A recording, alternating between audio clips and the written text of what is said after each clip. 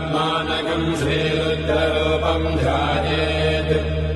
शुद्धस्फटिकसङ्काशम् त्रिनेत्रम् पञ्चवक्त्रकम् गङ्गाधरम् दशभुजम् सर्वाभरणभूषितम् नीलग्रीवम् शशाङ्काङ्कम् नागयज्ञोपवेदिनम्